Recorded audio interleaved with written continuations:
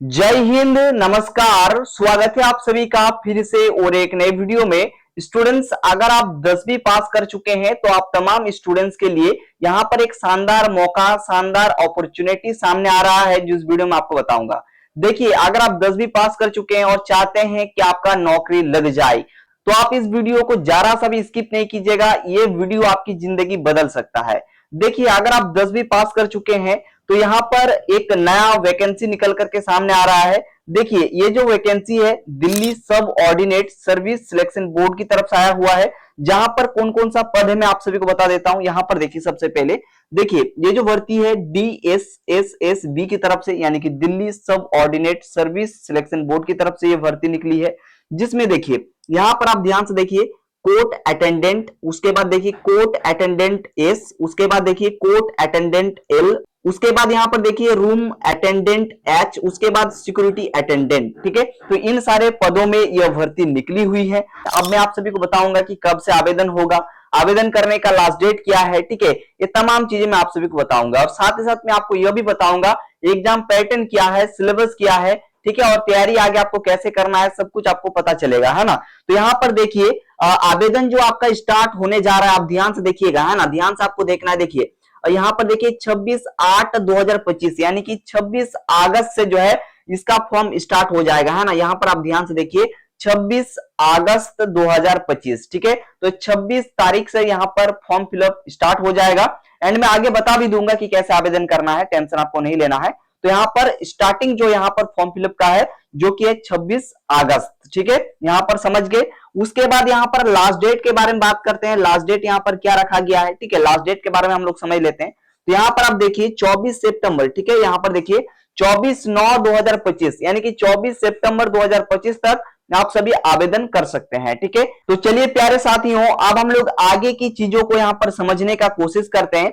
यहाँ पर देखिए, आपका कैटेगरी वाइज यहाँ पर वैकेंसीज को बांट दिया गया है, आप यहाँ से देख सकते हैं। ठीक है, उसके बाद यहाँ पर आगे हम लोग चर्चा करते हैं इंपॉर्टेंट फैक्ट के ऊपर में। या आप सभी देख सकते हैं कि कुछ इस प्रकार से यहाँ पर बांटा गया है वैकेंसीज को। जिसमें देखिए कोर्ट अटेंडेंट यहाँ पर देख सकते हैं, उसके बाद कोर्ट अटेंडेंट एस आप देख सकते हैं, उसके बाद कोर्ट अटेंडेंट एल, उसके बाद यहाँ पर रूम अटेंडेंट एच, उसके बाद सिक्योरिटी अटेंडेंट। ठीक है, तो ये 5 पदों पे ये वैकेंसी आई हुई है। ठीक है, यहाँ तक क्लियर है, यहाँ तक कोई दिक्कत नहीं होना चाहिए। अब हम लोग आगे चलते हैं। ठीक है, आगे चलते हैं और आगे की चीजों को यहाँ पर जानने का कोशिश करते हैं। ठीक है, स्टूडेंट्स आप यहाँ पर ध्यान देंगे कि कौन से पद पे कितनी वैकेंसीज है, मैं आपको बता देता हूं। ठीक है, देखिए यहाँ पर अगर हम बात करेंगे कोर्ट अटेंडेंट की, ठीक है, तो इसमें देखिए 295 यहाँ पर वैकेंसीज हैं। ठीक है, एंड यहाँ पर कैटेगरी वाइज आप देख लेंगे। और देखिए, कोर्ट अटेंडेंट के लिए अगर आप आवेदन करेंगे तो यहाँ पर जो एजुकेशन क्वालिफिकेशन है, अगर आप किसी भी रिकॉग्नाइज बोर्ड से 10वीं पास कर रखा है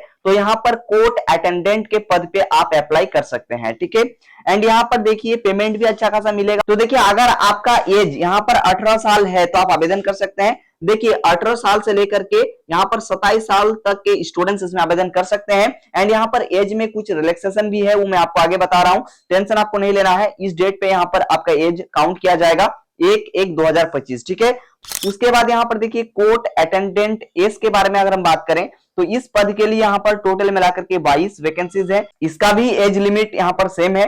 और यहाँ पर पेमेंट आप देख सकते हैं, यहाँ पर जो आपको पेमेंट मिलेगा level 3 as per 7th CPC group C. ठीक है, देखिए कोर्ट अटेंडेंट एल के बारे में अगर हम बात करें तो इसमें 1 वैकेंसीज है। उसके बाद यहाँ पर आगे चलते हैं रूम अटेंडेंट एच के बारे में, तो इसमें 13 वैकेंसीज है। ठीक है, इसमें 13 वैकेंसीज है। उसके बाद यहाँ पर आगे चलें तो आगे अगर हम बात करेंगे सिक्योरिटी अटेंडेंट के बारे में तो इसमें 3 वैकेंसीज है। ठीक है, तो यहां तक सभी को क्लियर हो जाना चाहिए। अब यहाँ पर आगे की चीजों को हम लोग क्लियर करते हुए चलते हैं। ठीक है, तो यहाँ पर सबसे पहले इलिजिबिलिटी क्राइटेरिया के बारे में आपको बता दिया जाए तो बढ़िया रहेगा। ठीक है, तो इलिजिबिलिटी क्राइटेरिया में क्या है, देखिए अगर आप इंडिया में रहते हैं तो आप इसके लिए एलिजिबल हो, यानी कि आप भारत के नागरिक होने चाहिए। ठीक है, दूसरा क्राइटेरिया यह है जो आपका एजुकेशन क्वालिफिकेशन है, अगर आपने 10वीं पास किए हैं किसी भी बोर्ड से, किसी भी रिकॉग्नाइज बोर्ड से, तो आप इसके लिए एलिजिबल हो। एंड यहाँ पर जो आपका एज होना चाहिए, देखिए आपका जो एज काउंट होगा इस डेट पे होगा 1/1/2025 तक आपका 18 साल उम्र जो है कंप्लीट हो जाना चाहिए। ठीक है, यहाँ तक क्लियर है, इसमें किसी को कोई दिक्कत नहीं होना चाहिए। अब हम लोग आगे चलते हैं, आगे की चीजों को जानते हैं। ठीक है, आवेदन कैसे होगा, तो यहाँ पर देखिए वेबसाइट दिया गया है, इस वेबसाइट के माध्यम से आवेदन होगा। तो जैसे इसका फॉर्म फिलअप स्टार्ट हो जाता है मैं सबसे पहले वीडियो बना करके सूचित कर दूंगा। ठीक है स्टूडेंट्स, अब यहाँ पर बात करते हैं एप्लीकेशन फी के बारे में। ठीक है तो देखिए अगर हम एप्लीकेशन फी के बारे में बात करेंगे तो देखिए अगर आप अनरिजर्व कैटेगरी से हैं या फिर ईडब्ल्यूएस कैटेगरी से हैं तो यहाँ पर जो है आपका जो शुल्क लगेगा, जो एप्लीकेशन फी लगेगा, जो कि है 100 रुपए, मात्र और मात्र यहाँ पर 100 रुपए का फी लगेगा। ठीक है लेकिन अगर आप मान के चलिए एससी कैटेगरी से हैं, एसटी कैटेगरी से हैं तो यहाँ पर किसी भी तरह का आपको फी देने की जरूरत नहीं है। ठीक है अब यहाँ पर आगे चलते हैं, आगे की चीजों को जानते हैं। अब यहाँ पर एग्जाम के बारे में चर्चा करते हैं कि एग्जाम किस प्रकार से आपका लिया जाएगा। यहाँ पर एग्जाम के बारे में हम लोग समझ लेते हैं। ठीक है तो देखिए आपका जो एग्जाम है ना, सबसे पहले यहाँ पर एमसीक्यू पैटर्न पर एक परीक्षा लिया जाएगा, यानी कि यहाँ पर ऑब्जेक्टिव पैटर्न पर सबसे पहले एक परीक्षा आपका लिया जाएगा। ऑब्जेक्टिव पैटर्न पर परीक्षा लेने के बाद जैसे आप उसमें क्वालिफाई कर जाओगे आपका इंटरव्यू होगा। ठीक है इंटरव्यू देखिए ये जो इंटरव्यू है कोई बड़े लेवल पे इंटरव्यू नहीं होने जा रहा है कि आईएएस लेवल का इंटरव्यू है ना, तो ऐसी बात नहीं है। ठीक है यहाँ पर एक सिंपल सा इंटरव्यू होगा है ना, तो वो इंटरव्यू आपको देना पड़ेगा। ठीक है तो देखिए सिलेबस यहाँ पर क्या रहेगा नहीं रहेगा ये आप जान लीजिए। ठीक है इसमें देखिए आपका हिंदी रहेगा, उसके बाद इंग्लिश इसमें पूछा जाएगा, जनरल नॉलेज रहेगा, उसके बाद यहाँ पर अर्थमेटिक यानी कि मैथमेटिक्स आपको पढ़ना पड़ेगा, अंक गणित जिसे बोलते हैं। ठीक है तो यहाँ पर जस्ट आपको अर्थमेटिक वाला पार्ट आपको पढ़ना है। तो यहाँ पर आपको 4 सब्जेक्ट पढ़ने हैं। ठीक है आपका जो फर्स्ट स्टेज का जो एग्जाम होगा इसमें 4 विषय आपको पढ़ने होंगे, हिंदी, इंग्लिश, जनरल नॉलेज और अर्थमेटिक मैथ। ठीक है स्टूडेंट्स आपकी जानकारी के लिए बता दें, आप तमाम स्टूडेंट्स के लिए यहाँ पर बुक्स जो है बन रहा है, तो आपको थोड़ा सा इंतजार करना है। बुक्स बहुत जल्दी आप सभी को प्रोवाइड करा दिया जाएगा। डिस्क्रिप्शन बॉक्स में मेरा नंबर दिया गया होगा, कांटेक्ट करके ले लीजिएगा। लेकिन अभी जो है काम चल रहा है, जस्ट आपको कुछ दिन के भीतर में जो है बुक्स अनाउंसमेंट कर देंगे तो आप ले लीजिएगा है ना। अब यहाँ पर मैं आप सभी को बता देता हूँ कि कितने कितने क्वेश्चंस यहाँ पर रहेंगे। तो देखिए यहाँ पर हिंदी से जो है आपका 25 क्वेश्चंस रहेगा, इंग्लिश से जो है 25 क्वेश्चंस रहेगा, जनरल नॉलेज से यहाँ पर 25 क्वेश्चंस रहेगा, उसके बाद मैथमेटिक्स से आपका 25 क्वेश्चंस रहेगा है ना। टोटल मिलाकर के यहाँ पर 100 क्वेश्चंस हो जाते हैं। टोटल मिलाकर के 100 मार्क्स यहाँ पर हो जाते हैं, एक एक क्वेश्चन एक एक मार्क्स का होगा।